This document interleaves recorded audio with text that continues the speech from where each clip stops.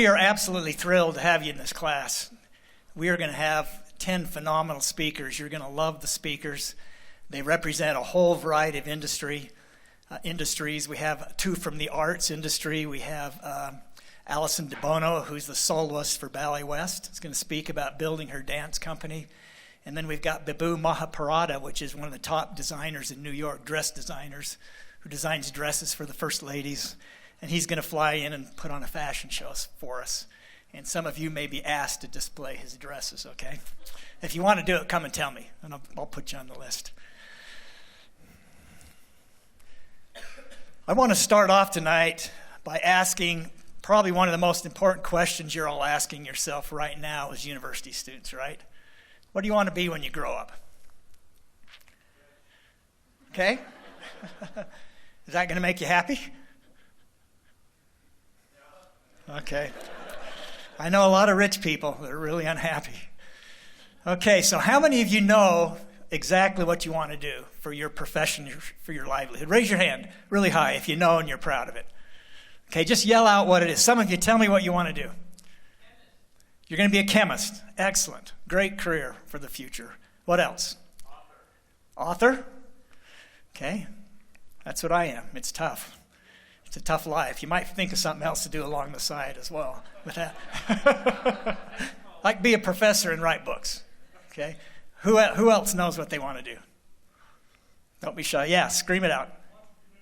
You want to be an entrepreneur. Okay, excellent. Let's have one more. Anyone else? Yeah, please. A wedding designer. Okay, fabulous. Great career. Okay, those of you that don't know what you want to be when you grow up yet, you're in the same category I am. What are you worried about? What are your questions? What are you asking yourself? Just don't be shy. What can I be good at? Okay, so you're trying to figure out what you're good at. Okay, what else? Yeah. What can I do that I won't get bored? Okay, something that you're excited and passionate about, right? Okay, anybody else? Yeah. I hate to settle.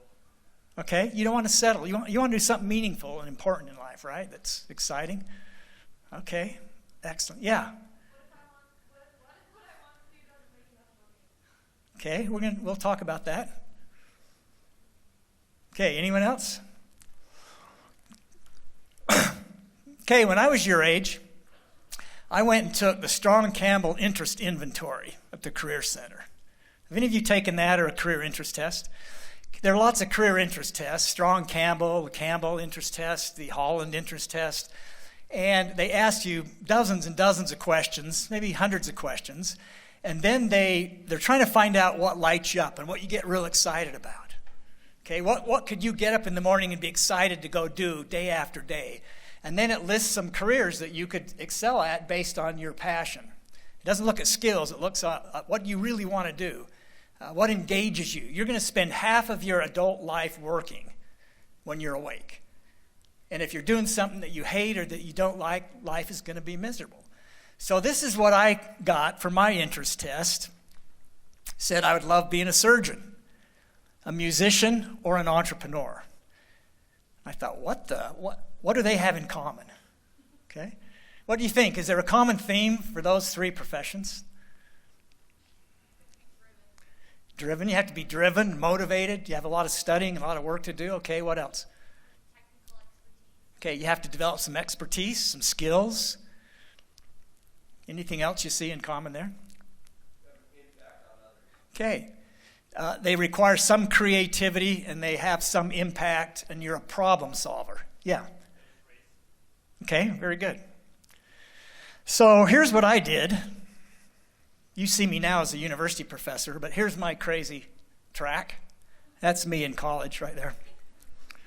Is that cool or what? That was after I got my haircut, the one on your left. Okay, so I chose music. I didn't want to be a surgeon because I didn't want to go to school for 12 years, and I really didn't like chemistry and biology all that much. I loved music, and I loved creating, and I loved leadership and organizing, and so my first choice was I'm going to be a musician. So my undergraduate degree was I was studying music composition. And here's how it unfolded. When I was in 6th grade, I wanted to play the drums really, really bad. And my mom said, drums aren't an instrument. You got to play a real instrument. And if you play a real instrument, then I'll buy you some drums. So I said, okay. So I started taking piano lessons. And I took piano lessons for years and years. And then she bought me a set of drums. Our band actually, we won the Battle of Bands in 6th grade. That was my start to fame, Battle of Bands. When I got to college, I'd been taking piano lessons for a dozen years. And I realized I was a lot better piano player than I was a drummer. So I switched to the piano, started studying music composition. And as a composer, you have to learn to write for all the instruments. So I had to learn to play the guitar and the banjo and the clarinet and the flute. And at least I had to learn to write for those instruments. And then I started touring with some bands. One summer, we actually toured Europe. I played in London. I played in Paris. I did a concert in Romania. We did some concerts in Holland, and then we went to Israel. We played in Haifa, and we played in Jerusalem, and we even made one of those big black CDs. Have you ever seen those big things? It's my kids call them the big black CDs. And it was awesome, except it was a real grind. I was studying, playing music all morning, practicing. I was teaching lessons. I was traveling. And I thought, I can do this as an avocation. I can have music be part of my life forever. But I can also then explore my other passion. So I went back to school, got a master's degree and a PhD, and became a university professor. And I was teaching at the University of North Carolina. And I thought, you know what? I'm kind of an imposter. I'm teaching business, and I've never done business. I've been a musician and then a student. And I thought, if I'm ever going to be a thought leader in the field of entrepreneurship, I need to go out and do the real thing. So I left the academic world and built a series of companies. Our most successful company was a multi-million-dollar business. We had over 500 employees, and I was able to sell it to a publicly traded company. And I thought, wow, that was awesome. But then I thought, okay, what am I going to do when I grow up now? And I decided, why don't I become an author? So that's how I became an author, after I made a lot of money first. And then I toured and got on the speaking circuit for 3 years. And then I met a lot of CEOs and I had a lot of clients, so I started a consulting practice. It's called Strategic Leadership Partners. We're still active today. And then after that, I got a call to build a center for entrepreneurship at a university, which I did. And then I was recruited from that university to come build the Center of Entrepreneurship here at Utah State. And I agreed to come for 3 years, a 3-year contract.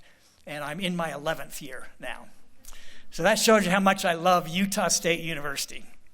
And I've taught at the other schools in the state. This is the best university in the state of Utah, I feel.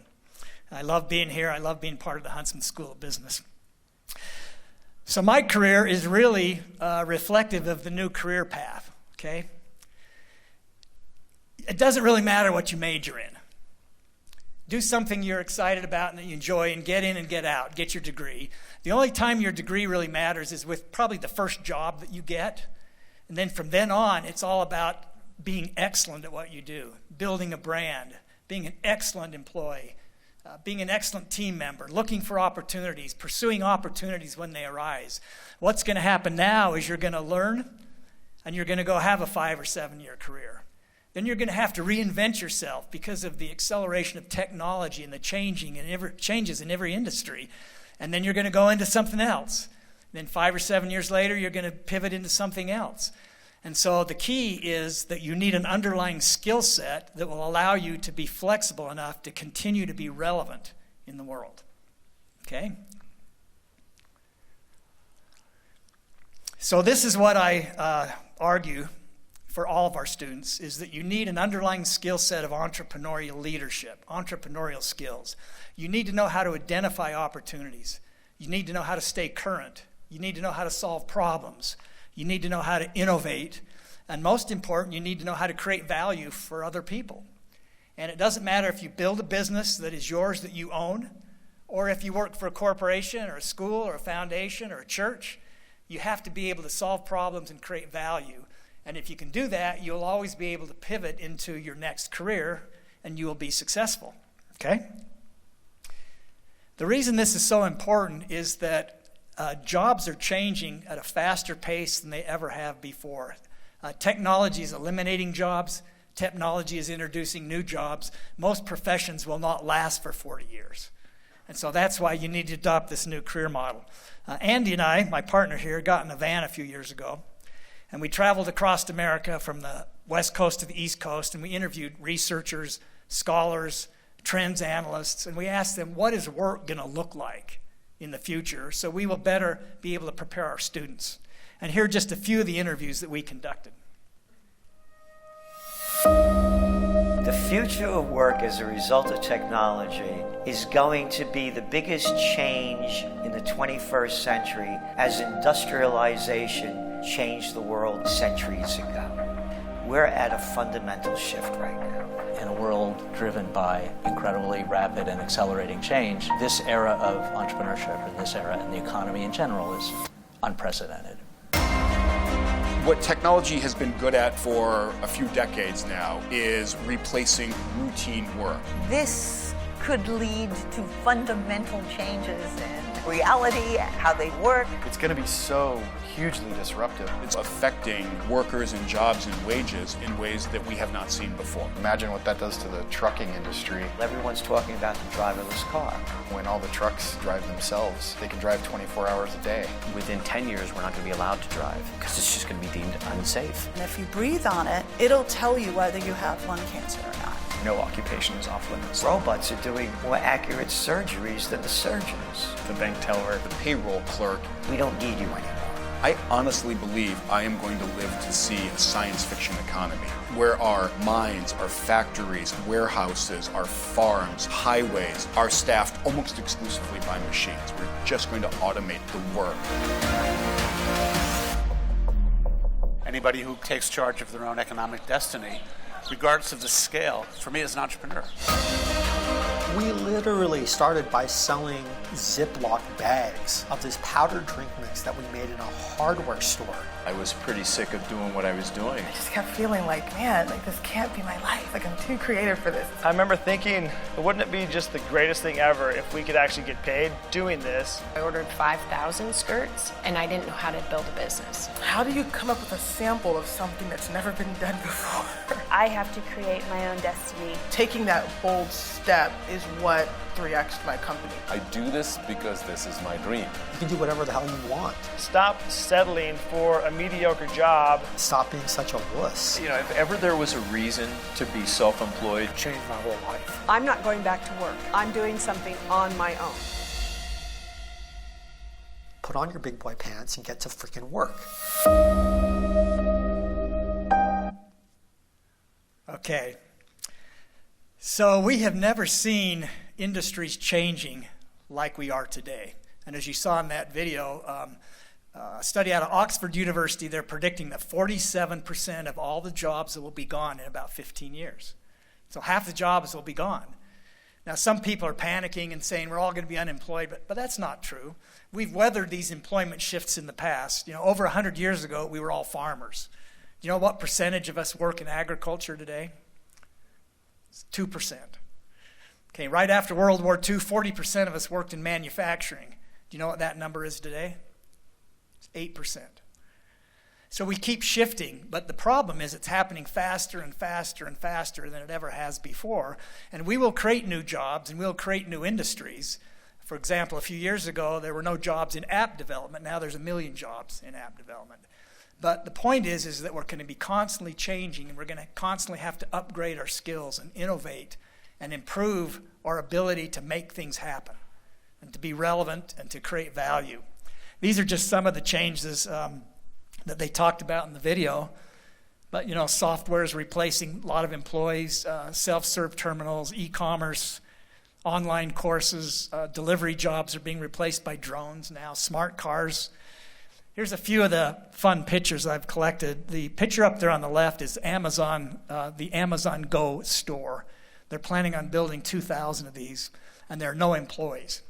So you walk in and you have an account on your phone, and it reads your account that you've entered the store, and when you take something off the shelf, it transfers it onto your phone. If you put it back on the shelf, it takes it off your phone, and then you just walk out. Domino's has been delivering pizzas in Europe for about 2 years with these drones. So you get on your phone and you can say pick up or drone delivery, and the drone flies to your house. It drops the pizza down. It's on a pressure-sensitized cable. When it hits the ground, it releases, and then it sends you a message. Your pizza's out in your front yard. They've also now applied for the rights to build 24 drone airports across the United States close to their warehouses, and they're going to be able to deliver, starting next year, packages that weigh 40 pounds or less by drone to your house. And of course, every car manufacturer is now doing electric cars and self-driving cars. Robots are making pretty much everything that can be manufactured, from cars to medicines to doing surgery to security.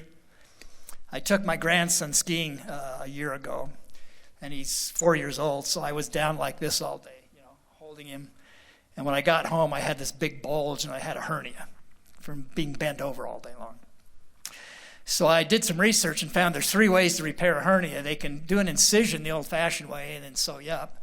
Or they can do a scope, put the scope in and repair it. Or they've got this new robot called the Da Vinci robot that's really smart, and he can do the surgery.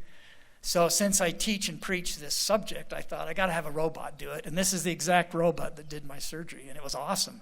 I had it on a Friday, and I was back to work on Monday. But this is probably the creepiest thing, is in Japan, they're now building humanoids, and they're able to make these robots look exactly like you. Even the texture, the latex, the skin and the hair, it feels like a real person.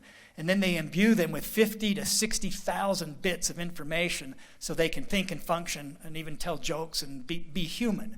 And there's a chain of hotels called Henna Hotels. They have 10 of these hotels in Japan. There are no humans, only robots. There's 100 robots that work in these hotels. They'll check you in.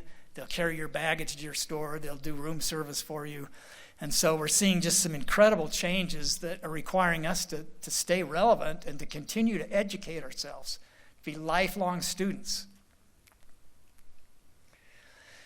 So I've spent my entire career really studying entrepreneurs and trying to see if there are some common themes. Are there some skills that they all have that successful entrepreneurs do that entrepreneurs that fail do not do? And we've done hundreds and hundreds of interviews, almost 1,000. That film you saw, Andy and I interviewed all these people and filmed them. We filmed all the entrepreneurs. We filmed all the experts. We have more data than you can imagine on film. And we then summarized what are the common trends or skills that underlie success, whether you're an entrepreneur or a leader in an organization. And these 8 things come up over and over and over again. So I'm going to briefly review them, and these are the things I want you to watch for. When our speakers come and they tell their stories, we've asked them to be informal and talk to you like you're sitting in a living room with them in a formal setting without a serious, prepared presentation. And you'll be able to ask them lots of questions, and they're going to tell their stories, and I guarantee that you'll hear most of these things from pretty much everyone that speaks here, okay?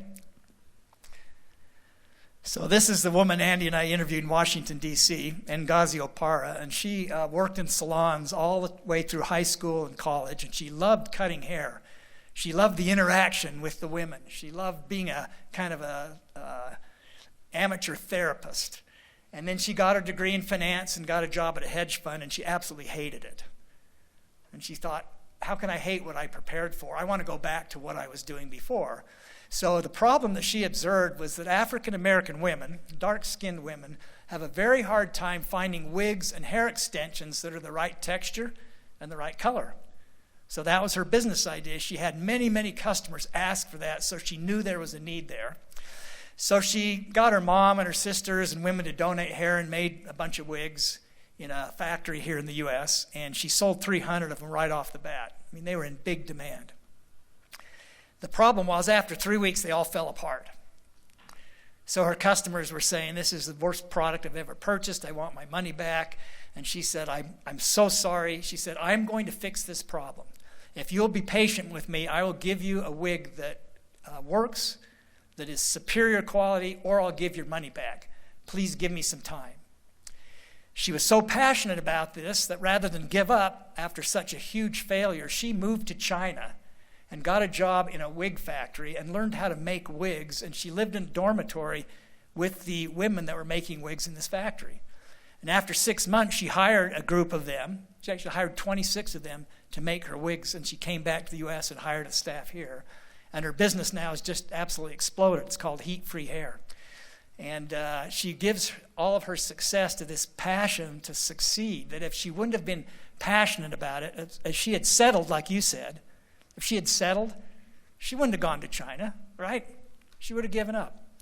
And so this is kind of a trite phrase, but you got to do something you're passionate about. You got to do something that lights you up, that you get excited about, or you don't have a chance of being happy in your career.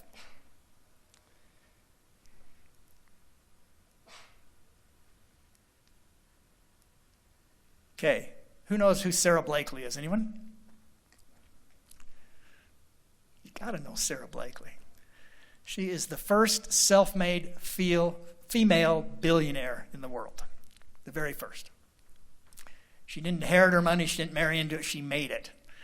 And here's her story, is that she was really frustrated when she would buy these pantyhose that they would come below her navel and they would always create a bulge. Even she was in good shape, but they were so tight they just create a bulge around the middle. And she started talking to her friends and her family members, and they all hated that as well. They said, why doesn't someone make something that comes up higher, some shapewear that comes up higher above your waist? So she went out searching and couldn't find it anywhere. So she started buying products and sewing them together and making her own products and then testing them with her friends and her family members. And then she went and studied the apparel industry and learned how to make clothing, apparel. And she made her first batch of product and started selling them in small boutiques. And then she got an order from Neiman Marcus for $1 million. She was still working at her day job when she got the $1 million order.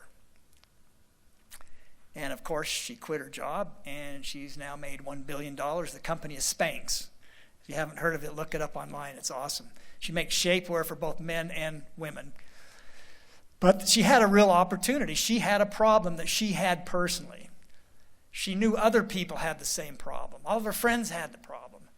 She solved the problem. She tested it, proved that it worked. Now, that's a true business opportunity. You see a real problem, you vet the problem with others, you create a sample, a quick prototype, you test it and see if people will buy it, and then that's a true business opportunity. And that's what she found.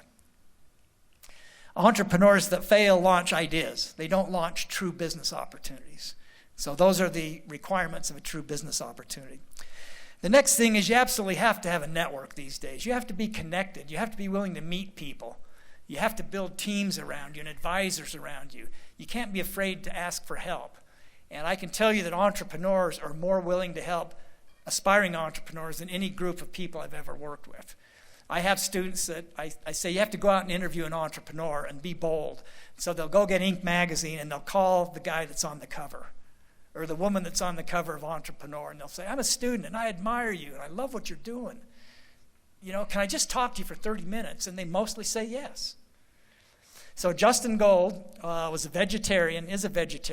He's an outdoor adventurist. He likes skiing, camping, backpacking, cycling, and he wanted to get protein into his body. So he started throwing nuts into his blender, and he'd grind them up, and he made these nut butters. He'd put them in the cupboard, and he'd come home, and his roommates would have eaten all of his product. So he put his name on it, Justin's, to let them know, this is mine, and that became the name of his company, Justin's Nut Butter. He then realized that people wanted his product, but he had to prove that it would work, so he started going to the farmer's market, and he'd sell everything that he would make every week. He would sell it out the first few hours of the farmer's market. So then he knew he needed some help knowing how to get into the food business. So he created a target list, a stalking list of all the people in Colorado that knew about the food industry. And then he started calling them, and he started finding out where they hung out and what associations they belonged to. And he would say, hey, I know you have to eat lunch. Can I bring lunch to your office anytime this week? I'll bring it in, and I'll leave after 30 minutes.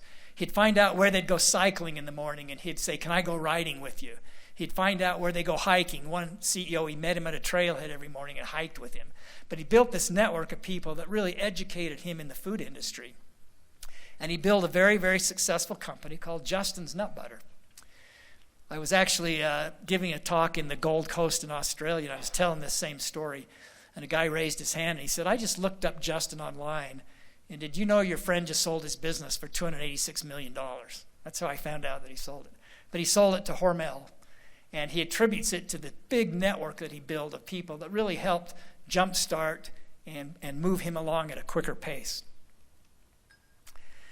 Okay, Alan Lim got a PhD in integrated physiology and became the nutrition coach for the U.S. cycling team.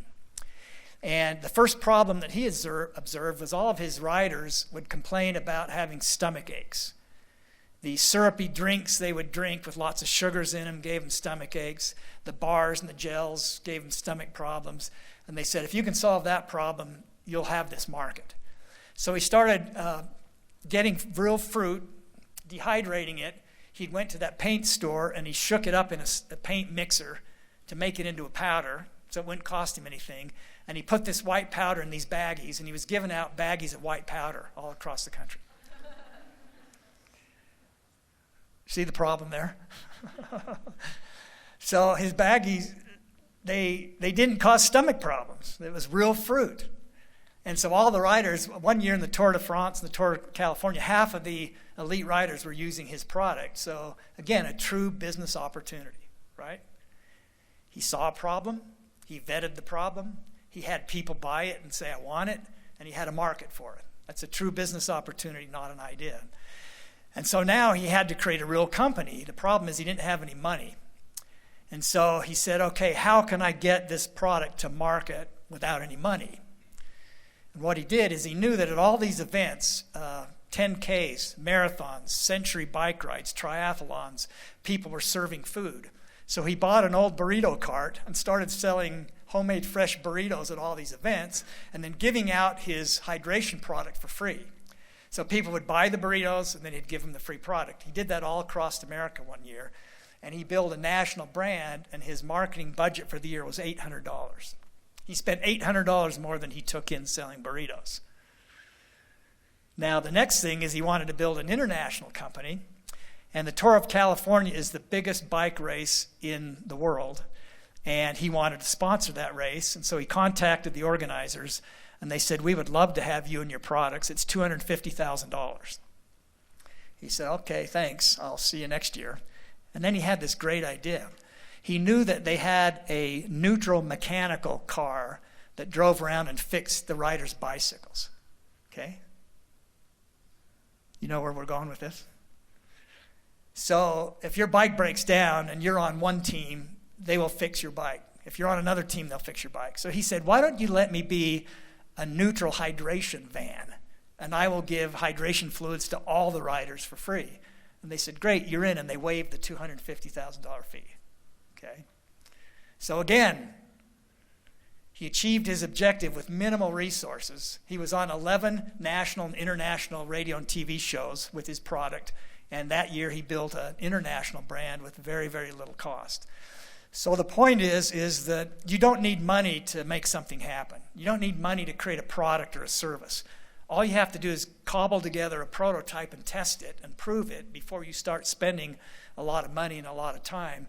Saying you don't have a lot of money and you can't start a business is a bad racket. You know, it's just not true. Most of the entrepreneurs we interview do not get funding. They figure out how to get results done with very minimal resources. So what we're talking about here is you need to learn to be really, really efficient. Say, how do we solve this problem with the resources that we have available to us? And I could tell you 100 stories like that one. Okay, how many of you know the piano guys? Okay, John Schmidt's a good friend of mine, and I was his advisor when he was younger.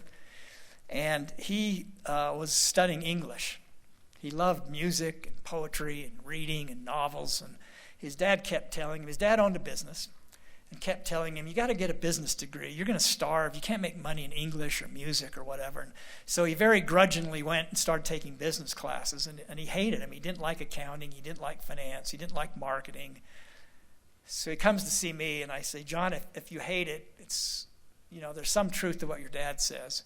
But if you hate it, it's never going to work. So let's talk about all the different ways you could make money in music, because you're not going to be able to do just one thing. So here's what he did. He started teaching music lessons. There was one stream of cash. Then he started doing concerts at high schools and colleges. There was a second stream of cash. Then he started doing CDs and selling those at his concert, the third stream of revenue. Then he actually started creating his own sheet music. Have any of you seen John Schmidt sheet music? It's very popular. He sells hundreds of thousands of dollars worth of it. It's another stream of revenue. And then when YouTube was introduced, they jumped on YouTube. They now have 1 billion followers. They have 1 billion views. They are the #1 booked act by Sony Entertainment right now. To get the piano guys to come and play a concert, it's $100,000. But the point here is, I'm teaching you principles here. Okay, principles that will make a difference in your life. The point is you have to have a great work ethic. I've never seen anyone get rich by being lazy, ever. Who wanted to be rich? Okay, good. This is for you, okay? So this goes back to the first point, right? You got to have a passion. So if you love what you're doing and you're working hard, it doesn't seem like work, right? You can get up at 4:30 in the morning. You can do it all day long. So these principles, they all go together.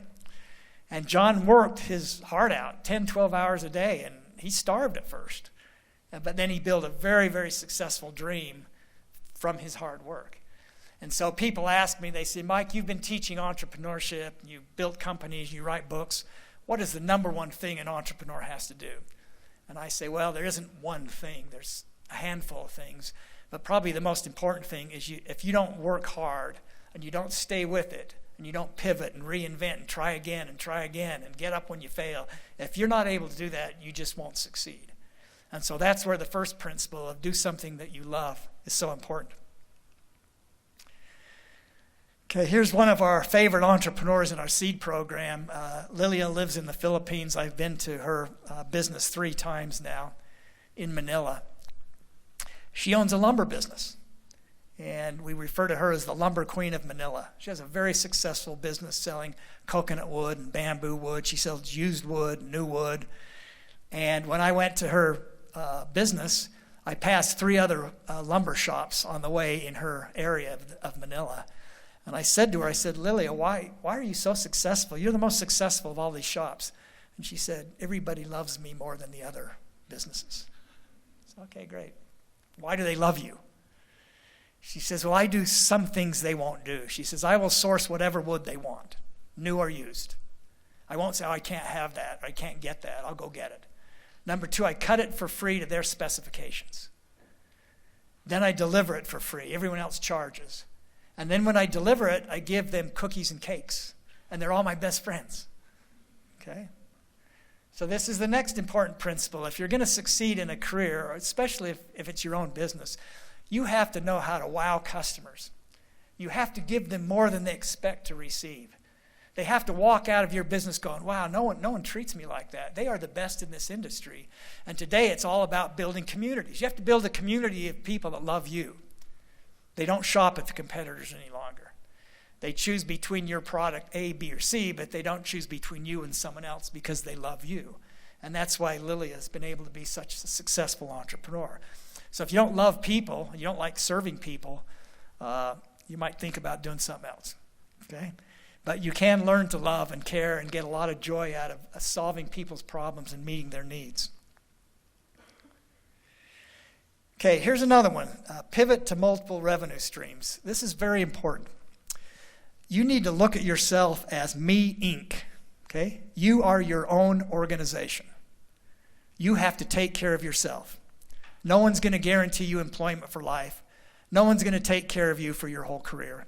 You have to say, I am Me Inc., and I've got to figure out how to generate revenue streams, like John Schmidt did. Okay? So this couple is one of our favorite couples. They're from Sisters, Oregon. They're both engineers. They have degrees in engineering. They both took jobs in LA, and they really hated the traffic, the smog, and the crime. The first day, Benny on his job, he said, I want to get there early to show them that I'm committed. So just in case, I'm going to leave 2 hours early to my job. And he got there 15 minutes late. And he just said, you know what, I'm not doing this anymore. So they moved to Sisters, Oregon. Does anyone know where Sisters is? You ever been there? It's a beautiful, beautiful town at the base of the mountains. There's 2,000 people that live there. There's skiing, there's water skiing, hiking, camping, cycling. They moved there and they said, okay, we've chosen lifestyle first. Now, how are we going to make a living? Well, they were highly skilled at designing biogas power plants. So they said, we're going to create a practice where we're going to design biogas power plants for our clients. So they started picking up some clients from Sisters, Oregon. And then they noticed, that was their first stream of revenue. Number two, they noticed that these biogas plants are pretty unique. And they had a hard time finding contractors to build them. So they said, okay, we're going to build them. Then they launched a construction company. So now they're designing the plants and they're building the plants. Then they realized that it was hard to monitor the output of energy from these plants, and they couldn't find third parties to do that for their clients. So they built a suite of software to actually monitor the output. So they design the plants, they build the plants, they monitor the plants with their software in Sisters, Oregon. Because they were building a national and international business, they were flying in and out of the little airport in Sisters every week. So then they bought the airport. Okay. So now they have 4 streams of revenue. Then after they bought the airport, they built some offices for other entrepreneurs that wanted to move to Sisters and an office close to the airport. So they have 5 streams of revenue. Me Inc., and I have 5 different ways money flows into me. So here's what you need to think about. You'll graduate, and maybe you'll start a business, and it'll be awesome if you do. We'll help you if you want to do that. Or maybe you'll go get a job. But either way, you can have a side hustle. Maybe you can drive Uber. If you're driving back and forth every day, you can maybe pick up some passengers. Maybe you can create some jewelry or some leather goods and sell them on Etsy or eBay. The big thing is you ought to think about buying real estate. Buy a property as soon as you can. If you buy a duplex, you live in one half and you rent out the other half. But you start accumulating streams of revenue because you're Me Inc. You know, your company's not going to take care of you. So here's a fun story. When we sold our company, I was very interested in investing in many companies and in the markets. And my wife said, you know, we built this company together and half that money's mine. And we're not investing in the market or in new businesses. We're going to invest in real estate. Because her dad invested in real estate and she understood it. So we said, okay, we divided the portfolio in half. And she bought real estate and I invested in companies. Her portfolio has outperformed mine 2-to-1. Okay, she's much smarter than I am. So real estate will always be a good investment. You can walk on the dirt. You can touch the building. It's real. It's not stock floating out in the market somewhere. And so start thinking about how you're going to generate some streams of revenue. Okay? And you're going to build your own security and take responsibility for your own life and your own career. Okay, here's the last one that surprised me at first when I started collecting these stories. Is I was really amazed at how many of these entrepreneurs, once they had succeeded, they were all giving back to their communities. They wanted to serve. They wanted to share their wealth. They wanted to bless the lives of other people. They weren't hoarding their money. Their thinking was, I can't believe that we've been this successful and customers and others got us here, so we're going to give back and we're going to help. And they're doing all kinds of things that are really interesting. They become givers rather than takers. And in this case, this couple, this is Gail and her son Gunther, but Gail and her husband moved to a small town in Idaho, just outside of Whitebird, Idaho. It's called Grangeville, because they wanted to raise their kids there in a small town. And she was a seamstress, and she had repaired some truck seats for truckers. So she said, I know how to work with leather, and I know how to work with synthetic materials, and I'm going to start repairing seats. And she found a few customers, but it wasn't going all that well. So she said, you know what? I bet the ski resorts need their seats recovered every few years. So she went to Sun Valley. She rode the lift and said, you have some seats that are pretty worn out. Can I recover and reupholster all those seats? And that was her first contract. So today they've now worked with 600 ski resorts worldwide, and they make padding and covers for the posts and padding for the seats. And they've been very, very successful. The problem is this is kind of a seasonal business, right? Companies only buy once a year or every few years. And so there's a period of time where they didn't have a lot of work, and they were really concerned about that because they felt like their business was to serve their employees in the small town of Grangeville. And they just couldn't lay anybody off. They just hated the thought. So here's what they did. They said, we only have 20 hours of work a week for you during this off season. But if you will go find a project in the community for 20 hours a week, we will pay you for 40 hours a week. Is that cool or what? So they went out and they found all these projects to repair homes, to paint houses, to clean up yards, and to take meals to, shut-ins and widows. And they put them all up on a board, and they approved all those projects. And so during that off season, they all worked they got paid for 40 hours a week, but they only worked for the company 20 hours a week. So that's just one of many, many stories that I could tell about how when you become successful, you become a giver. And the sad thing is that if you're focused on yourself, if life's all about me, you get up in the morning, you look in the mirror, it's me, how are people reacting to me? Am I handsome? Am I too tall? Am I too thick? Am I too thin? Did I say the right things? If we're obsessed with ourselves, we bring all the emotions of being human into our lives. Anxiety, depression, despair, worry, fear. But if you get up and say, how can I make a difference today? Whose life can I bless in a simple way? How can I give? Even if I don't have money, how can I give some time or some friendship or some mentoring? And you're focused on other people, then what happens is what you cultivate is the quality of compassion. And you become very civil. You develop civil values. And then life becomes far more enjoyable than if we're focused on ourselves. So this last principle is, if you commit to be a giver right now, your life will go better. You'll build a bigger network. You'll do better in your jobs. All these other principles will be effective for you as well.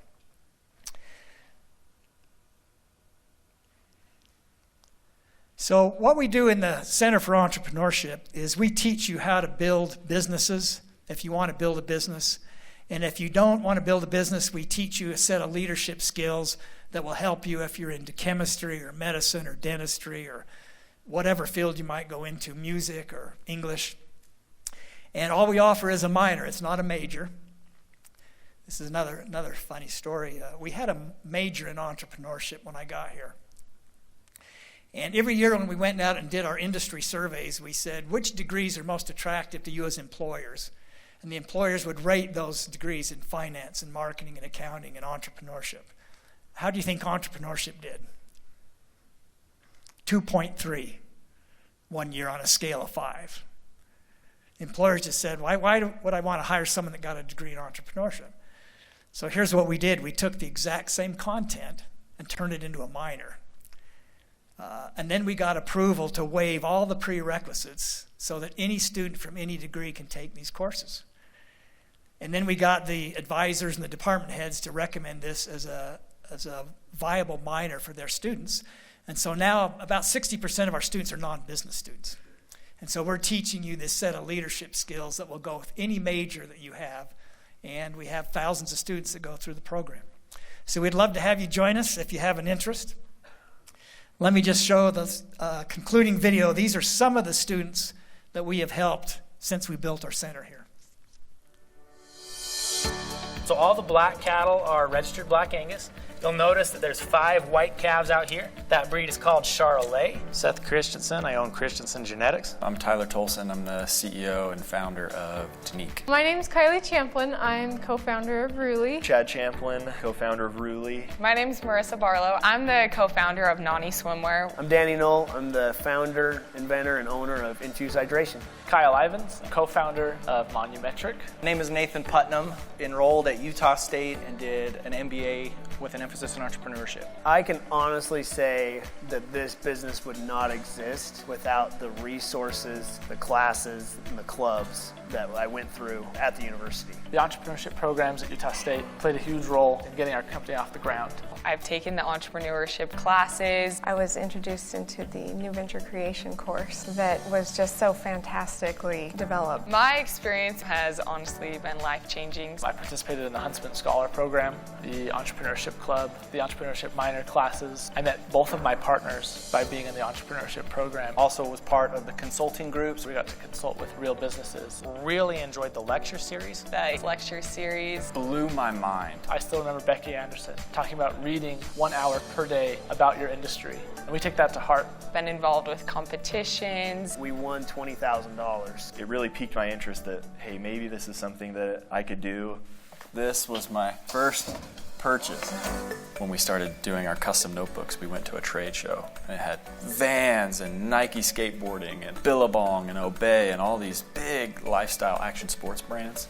And we started doing custom notebooks for all of them. Finished product comes from there. Bottles come on this side. I 100% could not have started Infuse without the foundational training, the mentorship, the network that I was able to gain through the Entrepreneurship Center. You know, the Entrepreneurship Center really made it a reality. The Entrepreneurship Center has really helped me with finding mentors, funding, and just really connections. I don't think there's a month that goes by, even now, that I don't reconnect with someone from that time period. Those relationships still continue to this day. When I look back on it, that business plan that we were trying to see if it was going to work has gone from an idea to a 10,000 square foot, 3-product reality. I was walking through the Huntsman school and saw the logo, Dare Mighty Things. And that's kind of what convinced me to even put my name in the hat. And, you know, the courses really helped focus, you know, my interest and help me believe that I could, you know, dare mighty things and try something new. I hate to think of where I would be without the entrepreneurship programs at Utah State. Wouldn't be where we're at today. Man, it definitely played a massive influence in why I'm here. You know, started it as a student at Utah State. We've been doing it for 8 years now, and now we're up to about 15 employees. We're just over 30, and we employ another 12 overseas. We now have a team of just over 150 people. We've grown on average 47.9% month over month.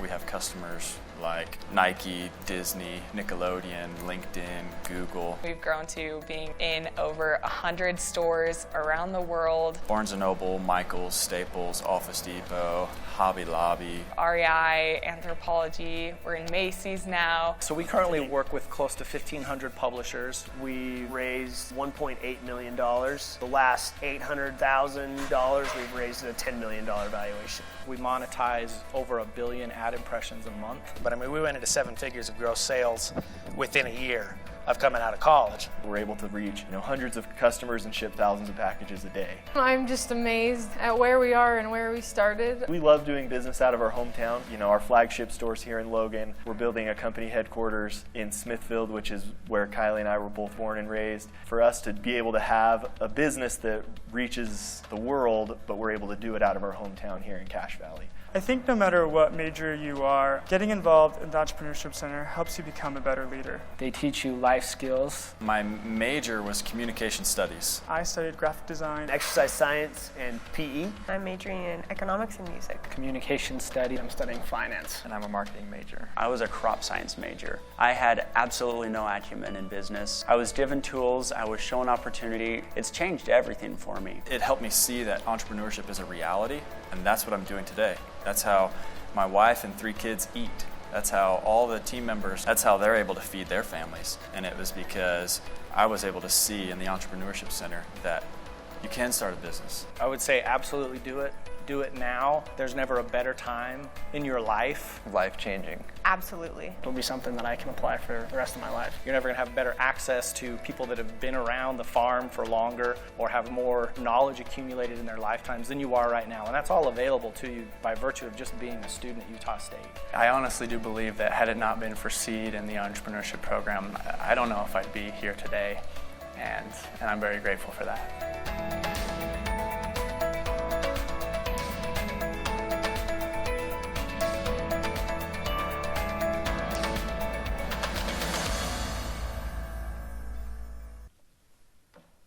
So I got a phone call a while back, and I was asked if I would go speak in a debate in New York about whether you should have a major in entrepreneurship or a minor in entrepreneurship. And they knew that we had shifted from a major to a minor. And I said, I don't know. Who else is speaking? And they said, well, the guys you're going to be debating, they're all center directors, and they all have majors in entrepreneurship. And I said, well, I'm going to get killed. And they said, well, please come anyway. And I said, okay. So I had these 3 guys over here and me, and they were all talking about why every student needed to get a major in entrepreneurship. And I said, you know what? students are more successful if they have one skill set and then entrepreneurship. So chemistry and entrepreneurship, engineering and entrepreneurship, marketing and entrepreneurship. And if you have a major, then students who are not business majors can't get into the classes. And so I thought a strong argument, and I sat down. And then they had the audience vote, and I thought, I'm going to get killed. I'm just going to sneak out, get on the plane, and fly home. And I won that debate 2-1 because they realized that I made a lot of sense, that entrepreneurship should be something you learn how to do, that everyone learns how to do, regardless of what you study, and no matter what you do for your profession. These are leadership skills. Those 8 principles are leadership skills, and you can use them and you apply them anywhere. So some of you will want to start businesses. We've helped start about 200 companies. These are some of our more successful ones. They've all been started since I've been here at Utah State. And you may not be able to start a business. You may not want to start a business, but you'll be able to go into an industry that you're really excited about, and then you keep your eyes open and you keep your ears open and you watch for those opportunities. And many entrepreneurs start their businesses later in their 20s or even their 30s. And so the key is learn the skills. If you want to start a business, we'll help you. Our goal is to have you having cash flow when you graduate so you don't have to go get a job. You can live off your business. If you can't do that or don't want to do that, still learn the skills and then take them into your job and be a success in your career. So that's pretty much what we wanted to cover tonight. I'd love to answer any questions that you have right now. And, you can be really open and ask anything, and I'll be real honest with you.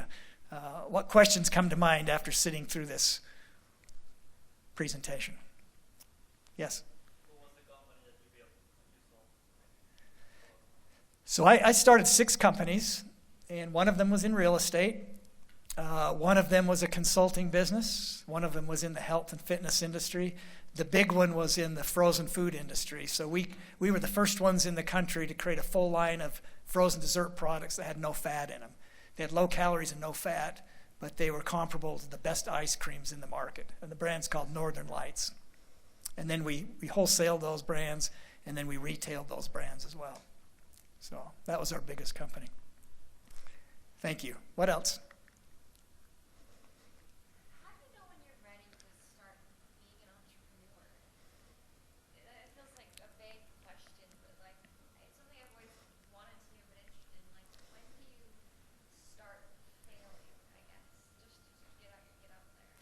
Okay, most of the people that will speak, and this is our 10th year having these speakers, is they'll tell you to just do something, just act. The first thing you do isn't going to be your final business or your final product or your final service, but just try things. Create a service, go see if anyone will buy it. Create a product, see if someone will buy it. Just do things. You have to act and take steps. And then you learn and then you pivot. No one builds the first business they launch. In fact, research shows that entrepreneurs launch a business and they pivot 3 times before they actually build a business. And the business they build isn't what they started with. So you try something, you go out into the market, you get feedback, you realize you need to fix your pricing, your product, or your service, and you pivot and try again. And then you launch it again, and you get more feedback, and you're iterating until you get something that actually has traction. So just don't be afraid to try things. We have a competition, we call it, the $100 startup. And we give a bunch of students $100, and we say, go find something to sell, a service or a product, and come back in a month and tell us how you did. And we've had one student sold $30,000 worth, but he was buying and selling used cars. But it's not uncommon for them to sell $1,000 or $2,000 or $3,000 worth. So you just have to get started. You have to find something you're interested in, find a problem you have or others have, quickly put together a solution. It has to be good enough. We call it a minimal viable product. It doesn't have to be perfect. An imperfect product in the marketplace is better than a perfect product that's still sitting in the lab or on the shelf or being designed. And just see what happens. Or come see us. If you take these classes, you have to build a business in the classes. They're not theoretical. You have to look at a lot of ideas. You have to vet those ideas, and you have to pick something that you would build a business around. And then you have mentors and advisors and professors that take you right through that whole process. So that's how you learn. You learn by practicing. Does that help? Okay, what else? Anything else? Yes, please. What are those 4 classes offered? Which semesters are they offered every semester? Okay, here's the good news, is they are offered every single semester in class and online. Every single semester. There's 1 or 2 in-class sections, and there's always 1 or 2 online sections. So you can always get these classes. Yeah. Does it include, I'm sorry, what was it? Oh yeah, they're offered all through the summer, fall, and spring. So you can take all of them this summer. In fact, is anyone here in the Kane College of the Arts? Raise your hand high. Okay, we have scholarships for you to do the minor in entrepreneurship this summer. $3,300. If you're an art student, you need to come up and see me or come up and see Andy. Okay? So if you're getting one of the art degrees from the Kane College, a donor gave us some money to pay most of your tuition to do the minor in entrepreneurship. And you can actually start on it this semester, but you have to finish it by the end of the summer, by August. So if you're available during the summer, it's a perfect opportunity for you to test a business idea if you're in the arts program. Okay, what else? Yeah.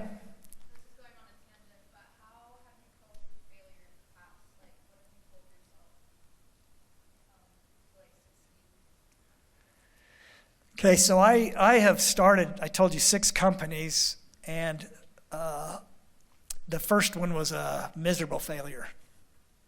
And I didn't know any of this stuff. And I started studying and reading and learning and practicing and getting some mentors. And I learned these concepts, and the next ones were successful, some more than others. But failure is the greatest teacher. It's really unfortunate in life that we learn the most from hard things and from failure than we do from successes. When we're successful all the time, we think we're really cool. We get kind of cocky and develop big egos, and I can make stuff happen. Everything I touch turns to gold. And then when you fail, you have to really look yourself in the mirror and say, what happened, and who am I, and what do I believe, and what are my values, and why was I doing that? Was my purpose a reasonable, logical, sensible, selfless purpose? And you rethink and you reinvent. And so one failure, it was a miserable failure. And then all these other businesses have had success and failures along the way. It's not a straight uphill curve. You go up and then you go down. You go up and you go down. And one of the businesses, we were growing at 50% a year, and then suddenly sales just dropped right off. We had to completely reinvent the company to save it, basically. So you just learn that, failure's not a bad thing. We say fail fast, fail cheap. Try things, and if you fail, just say that was a school class. I took a class and I learned. What did I learn from that? And then you use that lesson to take your next step. So we got to quit thinking that when we fail at something that we're bad, or something's wrong with us, or that we're not good enough, or that we're inferior. It's how we learn. And just about I know investors that won't invest in any entrepreneur that hasn't failed at least once. So they say, tell me about your failure. And they say, I haven't had any. They say, okay, no thanks. So they want to know that you've learned those lessons. Any others? Yeah. All the best businesses always come from products or services that solve everyday problems. What's the best way to find an everyday problem? Okay, what problems do you have right now as a consumer? What do you have problems with, or what do you struggle with? What bothers you? What kind of service do you hate? What product do you wish you could get that you can't find? Start with you. What do you need? What would you like to have different? And then just start talking to your friends. Primary research, you and your friends and family member, is far better than survey research or secondary research. Just look for problems, opportunities. I put on these pantyhose and I bulge. My riders get stomach aches. Every one of these, they addressed a problem people had. I don't know how to build a biogas power plant. Okay, we'll build it for you. So you just look at your own life. And even, Tyler Tolson, who you saw here, he would keep a journal of ideas, hundreds of ideas. If something wasn't working or he wasn't happy with something, he'd write it down. And he went through lots and lots of ideas before he started Danique. So just start observing. Look for opportunities. Okay, how about one more? Yeah.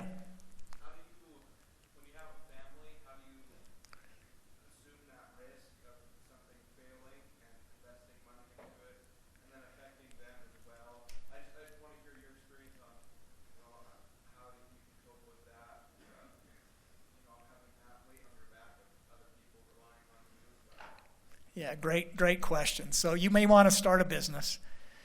You graduate, you don't have an idea, so you take a job. Then you start having a family, and then you're stuck, right? You can't quit and start a business. Here's my advice is I would never suggest that anyone just quits and tries to start a business. You think of something in the shower, you say, I hate my job, I'm going to quit and start this business. You go through too many pivots and too many iterations. Most of the successful entrepreneurs I've worked with developed their idea while they were working. So in my case, my wife ran our business while I worked in my consulting practice full time. And I didn't shift from my consulting business to our first company until I could match my income. So we never took a hit in income. We never starved. The kids never went hungry. And many of these entrepreneurs, you just keep working on the idea. You start developing it. You test it. You talk to people. You create a product. Sarah Blakely was out selling after work, and she didn't quit her job till she knew companies wanted to buy her product. So you don't have to quit and sit down and try to think up some business. You need to develop it along the way. And most businesses take time to develop and percolate, and you're going to go through 2 or 3 pivots. So it's okay to be developing a company while you're still working, or at least working part-time somewhere. Okay, great. This has been awesome. I've enjoyed being with you tonight. So here's how the class works. We have 10 sessions now.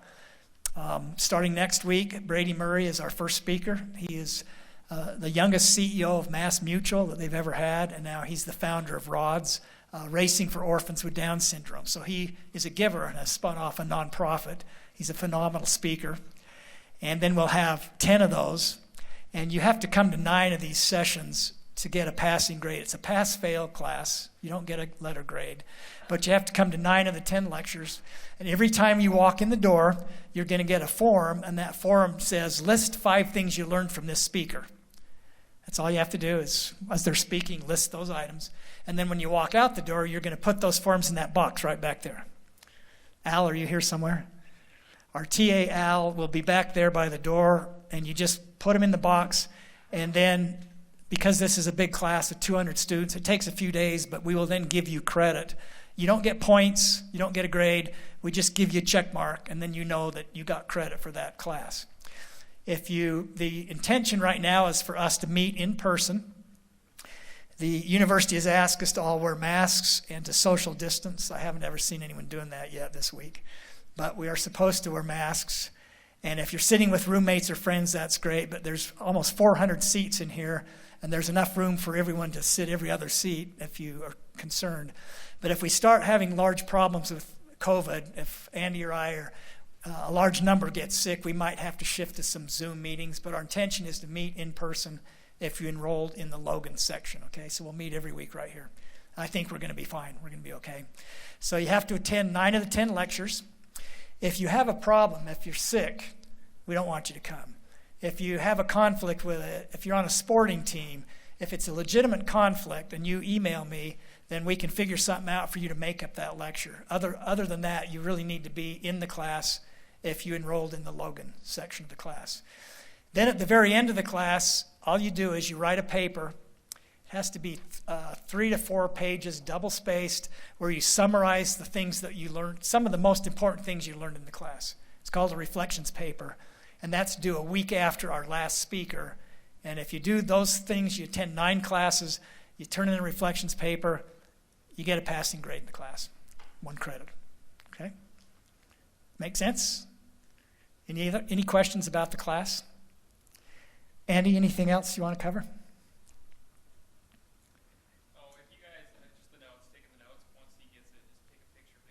Oh, yeah. Yeah, we generally don't. Al, I think you turned those back last time, didn't you? Did you turn the papers back? So at the end of he collects them and he puts yours in a bundle and he puts them all in the back of the last lecture. But if you don't want to worry about that, just take a picture of your notes. So when you write your reflections paper, you know what you said about each speaker. Okay? So here's what happens every semester. Some students, not many, but a few students say, oh, I get 1 free night. I only have to go to 9. And so they go get a haircut, or they decide they don't want to drive to campus, or they want to go out on a date, or they're tired, and they take their free night. And then 3 weeks later, they're sick, and they tell me that they're sorry, but they have to miss 2 sessions. Don't take a free night. Come every week unless you can't come.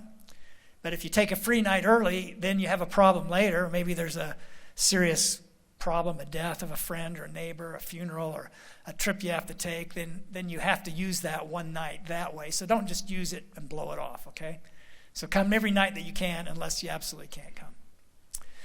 Okay, so thanks for signing up. We're thrilled to have you in the class. You're going to really like these speakers, and we will see you next Wednesday at 6 o'clock here. Okay, have a good night.